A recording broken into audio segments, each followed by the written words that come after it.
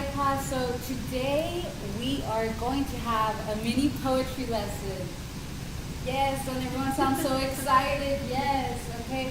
So before we even get started with what the lesson is going to be about, I want to get to know you all and how you all perceive yourselves. So by a show of hands, who thinks that they are a reader? Who considers themselves a reader? Anyone? Anyone know readers in this classroom? Why do you say that you're not a reader? You don't like reading? Okay, let me ask you another question. Do you read your text messages? Do you text on a daily basis? Yes? Okay, do you look at any social media sites? Yes, okay, yes, and is there text on those sites? Yes, so you have to read those texts, don't you? So then you are a reader, right? Because you're reading text. Okay, so then, have you ever read any poetry? Rarely. Okay, can you think of any poetry that you've ever read? An example? Or if you can't think of a specific poem, tell me what you know about poetry. Anything. It rhymes sometimes. Okay, so yeah, so there's a rhyming scheme that some poems have. Okay, anything else? Okay, yes, Edgar Allan Poe is a poet. He's a famous poet. Okay, so see, you do have a little bit of knowledge of poetry. Okay, so another question for you guys. Who considers himself a writer? Do you consider yourself a writer? Yes? Okay. Why? Why do you say? You like to write? What do you like to write? Okay, so you write for yourself, basically. Okay, that's good. Okay, that's good.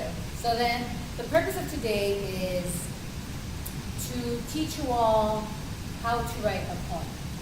Oftentimes we think of poetry and we're like, oh, poetry is boring, or I don't like poetry, it's too hard to understand, or whatever the case may be. And I just want to show you guys that we're all capable of reading poetry and we're all capable of writing poetry. And last week we talked about different figures of speech and different elements that go with poetry. So then today we're going to use those terms that we learned and all those different concepts that we learned, and we're going to apply it using, right here I have it, it's called TPCASTT. It's an acronym that basically helps you kind of understand a poem. Because one of the main struggles is sometimes we read a poem and we're like, what did I just read? What was that poem even about? So this TPCASTT is going to help us understand poetry. So before we get started, before I let you all do your independent, because at the end of everything, you guys are going to write a poem. We're all going to create our own poem because I want to show you all we're all capable of doing it. It's not as hard as we think it to be. But before we get started with all of that, I'm going to show you all what TPCASTT means and how we're going to use that to our advantage to start analyzing a poem. Okay, so what I just handed out to you all, it's a little reference guide in case, in the future you kind of forget about what TPCASTT means or what one of the letters means. You have this as a reference guide. So, let me go ahead and zoom in here so you guys can see a little better. Okay, so the first T in TPCASTT stands for title. Can I have a volunteer to read what it says? I'll volunteer. Okay, thank you, Maya. Please read this for me. Okay, can't see, so we'll remember this one. Okay, there we go. Is that good? Yeah. Yes? Okay, awesome. Before you read the poem, Stop. And take a look at the title. What do the words suggest to you? What denotations and connotations are presented in your title? Okay, can you finish that up? Yeah. Based on the title alone, what do you think the poem will be about? Okay, so the first thing, when we read anything, whether it be a poem, whether it be an article online, or, a book, we always look at the title, right? That's the first thing that catches our attention. If we see an article, Trump sets house on fire. We're gonna be like, whoa, what's that about? You know? So the title of a poem or of anything can give us a lot of information about what it's gonna be about. Okay, so that's the first T in TPCASTT. Okay, the second one is paraphrasing. So we have a poem, right? And we read the poem all the way through. And once you're done, you kind of want to recap. What was this poem about? What was the main idea? What was the main, what was the point that the author was trying to convey? So that's going to be P for paraphrase. And let me move this up. So we can see. Okay. So then C, connotation. Yes? You'll read it well. Before we even read what it means, do you know what connotation means? Do you have an idea? No. Do you know what denotation means by any chance? Okay, so the C in TPCASTT stands for connotation. Okay, so before we even read what it means, do you have an idea of what connotation means? Feelings. Okay, what about feelings? Like, okay, with connotation, it's basically, there's connotation and denotation. Denotation is the literal meaning of something. So, for example, if I say, my house is on fire, that is denotated. That means my house is actually on fire. Okay, now connotation is kind of like if I were to say, my heart has a burning fire of passion or something. Okay, so my heart isn't literally on fire, but it kind of implies something more. It kind of implies like a stronger meaning, like I'm trying to convey like there's a really strong passion within me. So that's the difference between connotation and denotation. So when we're looking at poems, a lot of the times authors like to use connotative meanings. They like to use figures of speech like similes, metaphors, all those good elements that we were talking about last week.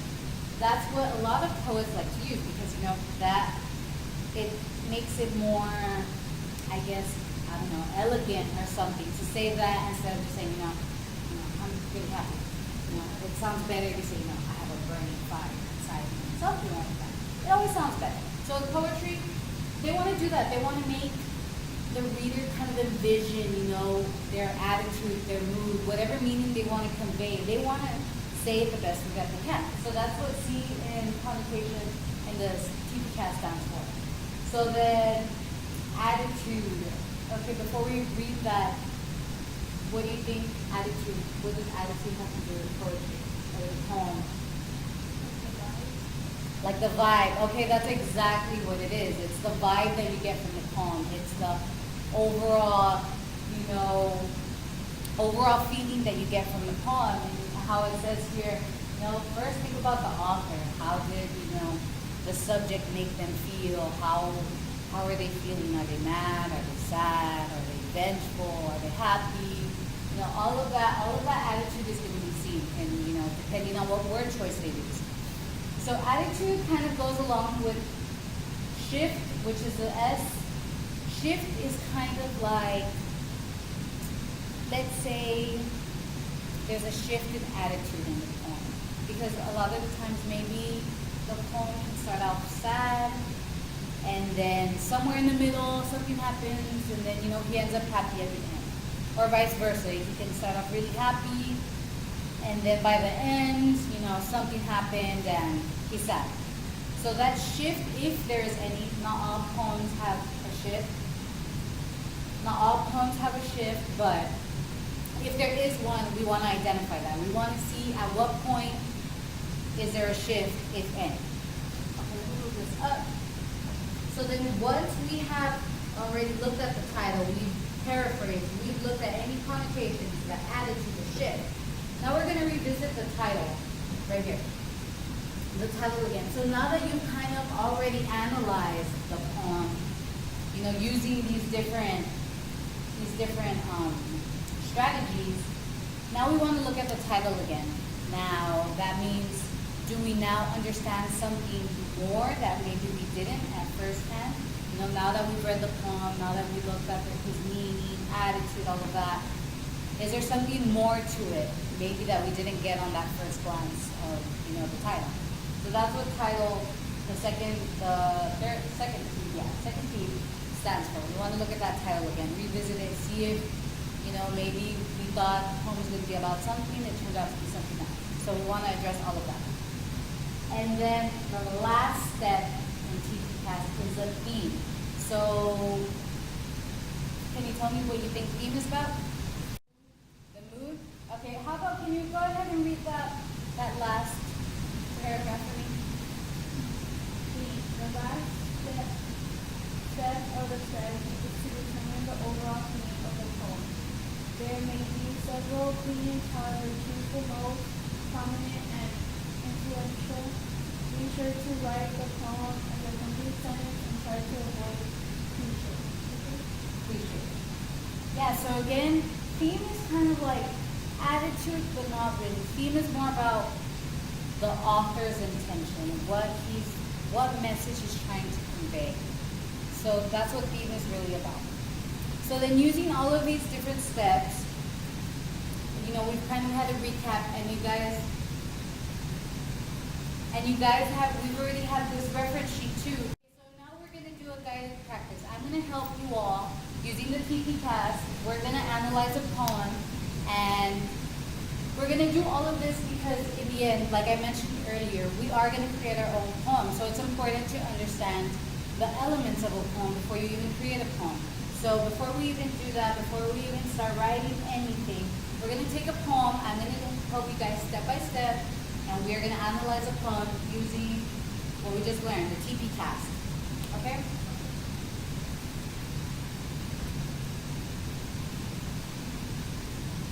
Okay, now I went ahead and I passed out all this. Now everyone has one of these worksheets.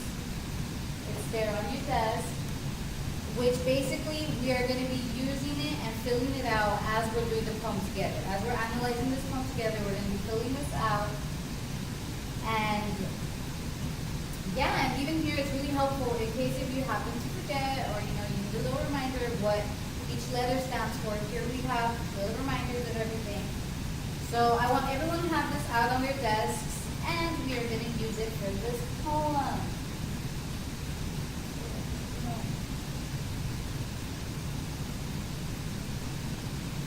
Okay, and as we're going along, if you all have any questions, you know, feel free to stop me.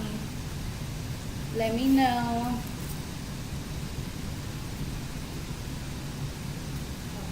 Okay, so remember guys, what we said, what was the first T in TPCASTT? Title. Title, awesome. Okay, so we have the title here. What's the title? Can you see? Yes. Can everyone see clearly? Okay. My name, title. So, first guess, what do you think this poem is going to be about? A name. A name? What about name? Come on, I need better guesses than that. My name. Okay, what about your name? Your name or the author's name? The author's name. Okay, anything else? Maybe, what's the purpose of this poem? Talk about their name and themselves. Okay, but also, well, yeah, about themselves.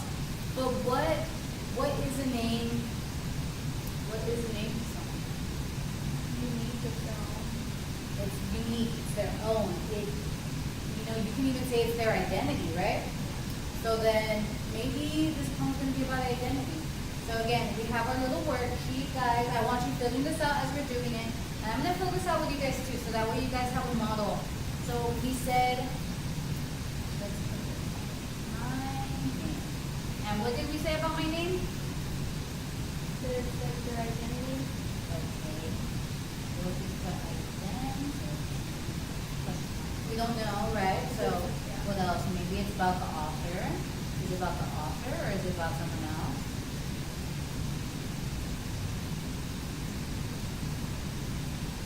Okay. So then let's go through the whole poem, and I want you all paying close attention, and then we're going to come back and we're going to paraphrase. We're going to see what this poem's actually about.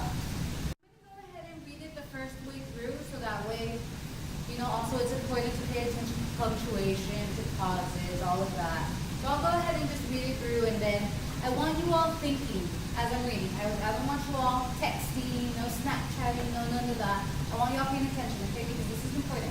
Remember, guys, we are going to do our own poem. So, and also, remember how we were talking about, figures of speech and all of that? If you happen to see one, underline it. Get familiar with the different figures of speech that there are. You all have a worksheet about the figures of speech. So, if you all have it, pull it out and identify it. Okay, my name. My real name is too much to put into words. It is boundless like the majestic stars in the sky. Yesterday, I let the doubts that crawl within my mind limit my abilities, but today I broke through the gates. Tomorrow is a blank canvas, so my name is yet to be determined. The canvas of my life is marked by the past, present, and future. My name is always slightly different than before. In my dreams, my name was swirled in the stardust, cosmic gas, and gleaming lights as I created the universe. But when I awoke, the moon was changing my name again, and I returned to Mother Earth. Okay, guys. So what do we think about this poem? Initial guesses. Confusing. Why is it confusing?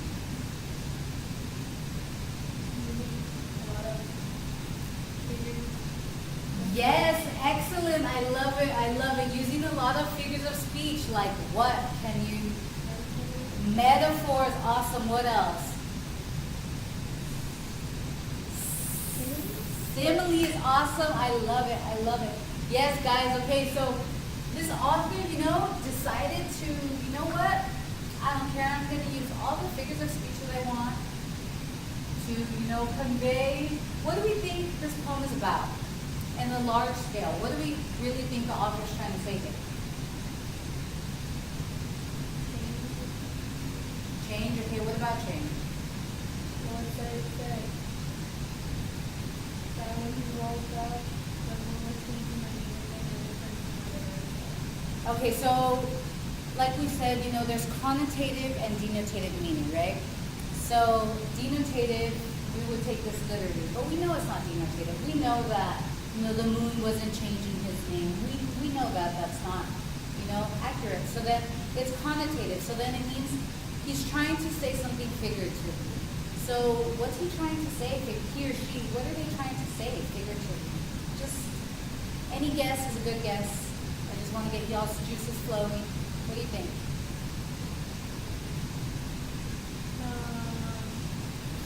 What do you think about this? Okay, so let me help y'all out a little bit, just in case. Because you know what? This is kind of a difficult poem, but it's not impossible to understand.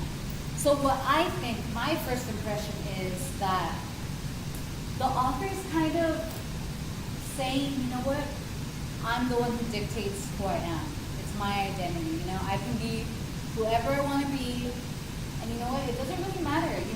They said, in that first stanza, I was limited within my mind's abilities. So have you all ever felt like you couldn't do something, but you actually could?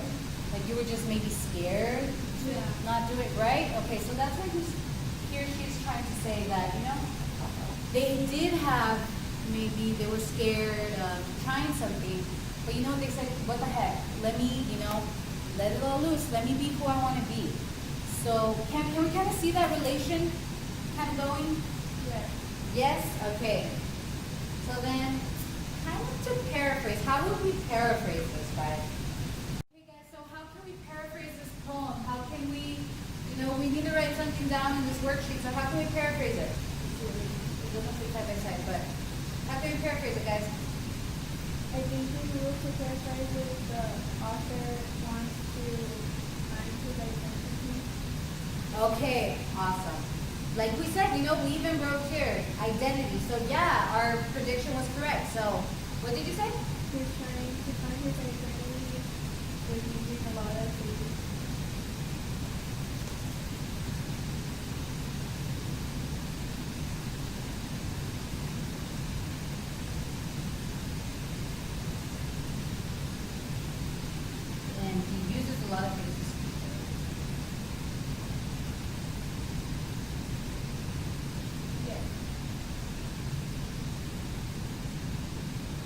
Okay? Okay, so now moving on. What did we say connotation was? Because that's our next one here. What did we say connotation was? Was connotation the one where, you kind of exaggerate or no? Well, yeah, it's kind of, you could say exaggerating, or you can say, you're using figures of speech. Because it's not always exaggerating. Maybe, sometimes it's not. Maybe that's how they really feel. So, you said earlier, and I'm going to use the example that you said because I like it. You said, I woke up. yes, you said when I woke up, the moon was changing my name. So then, you had mentioned that, he's trying to find his identity. And here, this is a perfect example of connotative versus denotative. So here it says, when I awoke, the moon was changing my name. So is this example right here connotative or denotative? Connotative. Connotative. And why is it connotative? Because it's not literally, the moon is not literally changing. Okay, exactly. The moon is not literally changing his name. There's no way that can happen. But, he's trying to convey a message here. They're saying, like, I can basically wake up and be whoever I want to be. If I feel like being happy, sad, whatever today, I can be that because, I'm the one who dictates Life. Your life. Exactly. You're the one that dictates your life. All of us have the capability of dictating our own lives. And that's basically what connotation is all about. We want to see any, like this connotative phrase, it's a figure of speech, but we can interpret it and make it denotative. We can make it literal, So then, for here, I want y'all to, you can pick any phrase from the poem. Pick any of the phrases you want. You can pick the one that I underlined here, but any phrase you want and write down the connotative meaning, because again, he's using a lot of figures of speech, so he's not literally meaning it. But then I want you to interpret it and make it denotative. So that way, we can get the literal meaning. So we already discussed that. Maybe he wants to change his identity. He wants to be in control of who he is. So that's what we're going to put here in connotation. Okay, so then attitude. So what's the overall attitude of this poem? Is it positive, negative, gloomy, happy? What do we think about the attitude? How does it make y'all feel? How does the author portray themselves? Or he doesn't seem happy? Why? It feels like he's kind of lost. He's trying to find himself. Okay, I like that. So That's how I interpret it. okay. So, and you know what? The good thing about poetry is you can interpret it however you want.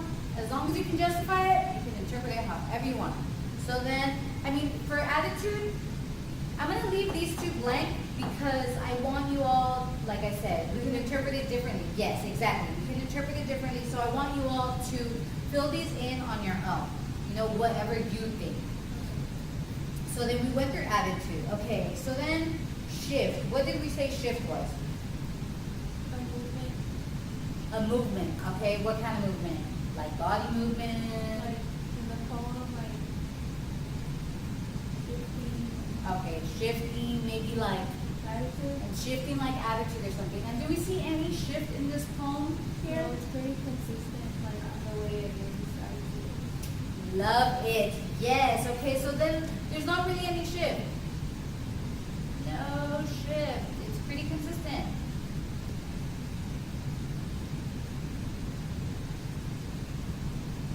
And you know what? It's okay to have poems that don't have a shift. Not all poems have to have a shift. Maybe they just have one mood or one attitude, and that's fine. Okay? So then, title. So we're gonna revisit title. So now that we haven't really dug deep in it, but we've discussed it a little bit. So now going back to the title, what do we think my name is?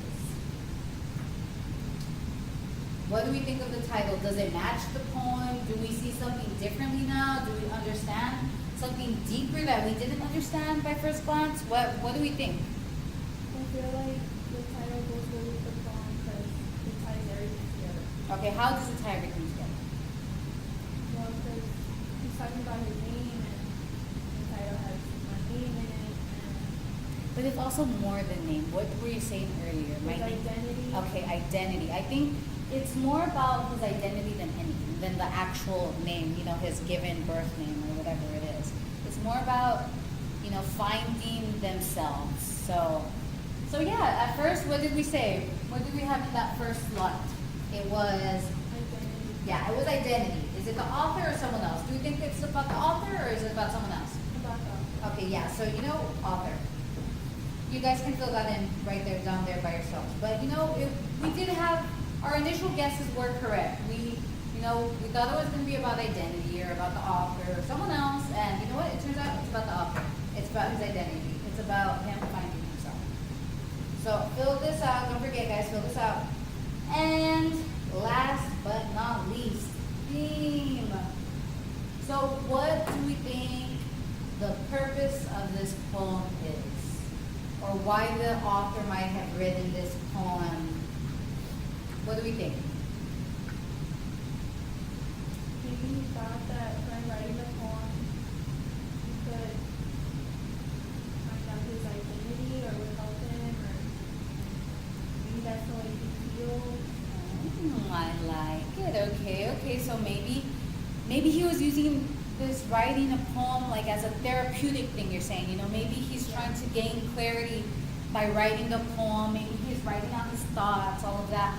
I like it. I really like it. Okay, so for theme, we can say, you know, maybe he was trying to find clarity. We'll say that, right? Sounds good to everyone? Yes. Okay.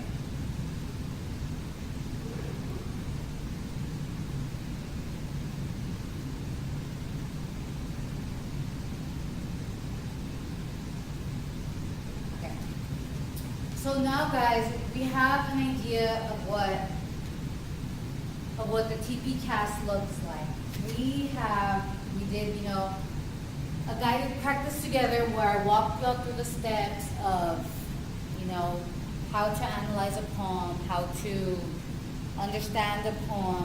So, you know, we walked through all of the steps, all of the different, you know, letters that go into TPCASTT and what they mean. And, you know, just by a show of hands, do we feel confident in, you know, our understanding of the TPCASTT?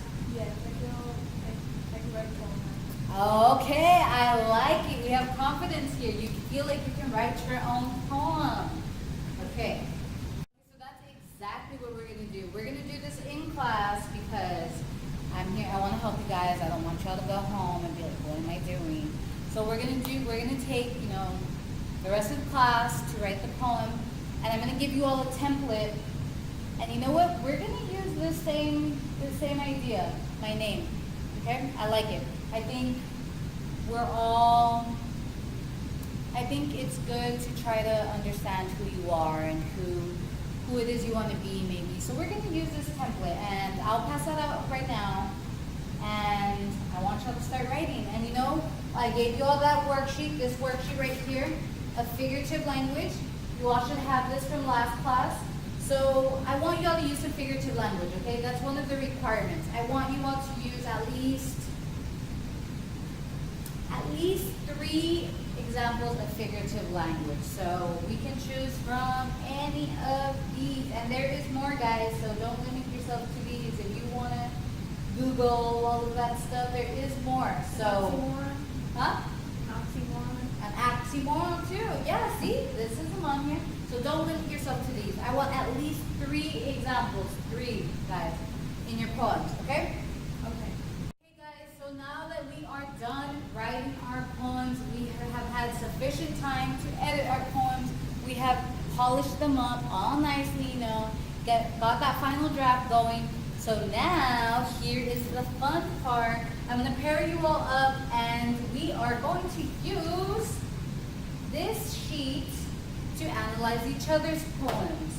Because the main thing, well, I mean, not a main thing, but the thing about poetry, as I mentioned last time, is we can interpret poetry however we want. You know, poetry gives you that freedom to interpret things however you want to interpret them, and they're not necessarily wrong if you can justify it, right? Yes.